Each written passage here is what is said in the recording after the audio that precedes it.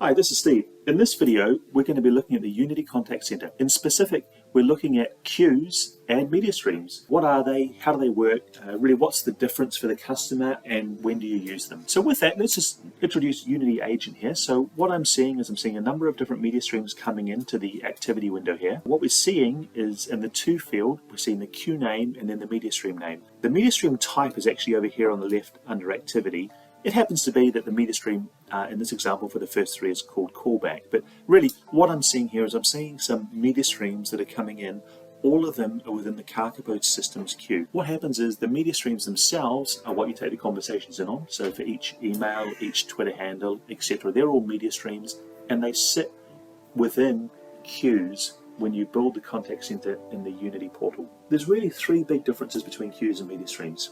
The first one is that the agent cannot join and leave media streams themselves. They join and leave the parent queue. What I'm seeing here in the personal wallboard is I'm seeing all of the queues that I'm an agent of. So this is going to include both BroadSoft voice ACD queues and also Unity Contact Center queues.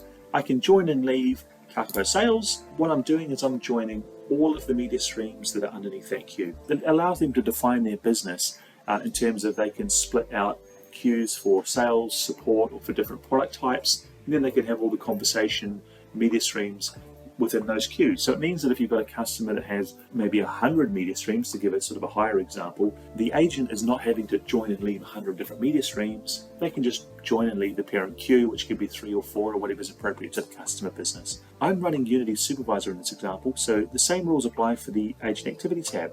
I can choose an agent or a queue here, and I can join and leave people to this queue, agents that is to this queue, and of course they're joining and leaving all the media streams. So that's the first point. The second one is reporting. Because I'm running Unity Supervisor, I've got the reports here. I'm not going to actually go into all of the reports themselves. That's outside the scope of this call, but what I wanted to say is that I can report on both queues and media streams. So back to the example I had where I'm segmenting the customer's business, their media streams by product type, for example. I can report here if I've got a queue for Spanish holidays and I've got a whole lot of Spanish holidays media streams. I can see, listen, how much traffic have I had into my Spanish holidays sales line. At the queue level, I can then break that down by the media stream, so I can still see individually how many web chats have I had on Spain holidays or France holidays. I can report on them both separately. The last point, the last of the sort of big three things to bear in mind, queues versus media streams, is that I can map a contact center queue to a BroadSoft ACD voice queue. And that really means a couple of things. Firstly, from an agent perspective, it means that they're now seeing both voice and omnichannel stats in the personal wallboard. So for example, if I look at this Kakapo sales line here, I'm seeing calls, so my agent's stats, I'm seeing calls in queue, longest wait, but I'm also able to see web chats in queue, web chats missed, all that kind of stuff.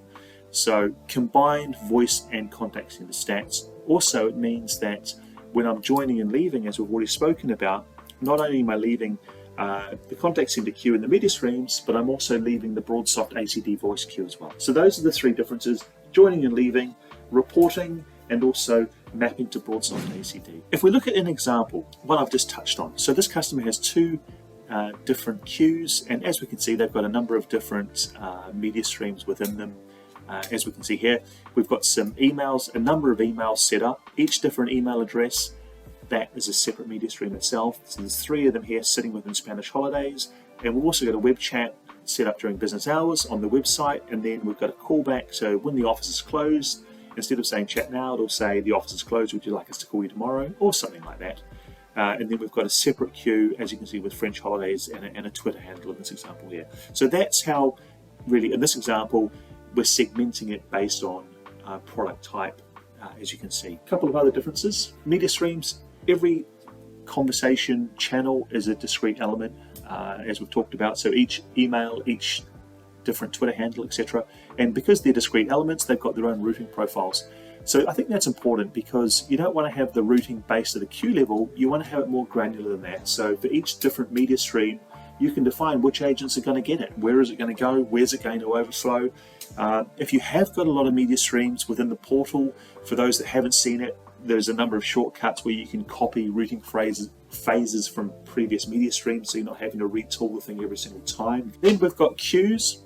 As I mentioned, the media streams sit within the queue, so they're nested within the queues, and we can join and leave. That's been well covered now. Some things that both queues and media streams have: reporting, we've touched on that. ACD state management, that determines in the Unity portal how many concurrent web chats, emails, etc. an agent can handle. This cascades down from the parent level. The parent level would be the customer business. So let's say, for example, it's determined that an agent can take 6 concurrent web chats. Then at a queue level and also at a media stream level, you can override that. So if there's nothing set, then it's 6. You can make it less. So you can make it only 2 or 3 media streams at that level. So that's how ACD state management, like I say, can cascade down. Reply repository and canned replies also cascades down. So for example, canned replies, you might have something at the top level saying, hi, how can we help you? Or this is our data management policy, or whatever else, data protection policy. So that's going to apply really. That's going to be useful across all media streams. And then as you cascade down through both queues and media streams, you can then define different sort of PDFs and various other things to share that are more appropriate to that customer conversation. So for example, Spain holidays PDFs to hand for the agent that you can just quickly share that are relevant to those type of inquiries. So I hope that sort of really covers how the differences are between queues and media streams, and how it can help customers and sort of allow some configuration based on how they actually want to manage all their conversations and their customer workflows. So if there's anything else you need help with in this regard, please reach out to us. Thank you.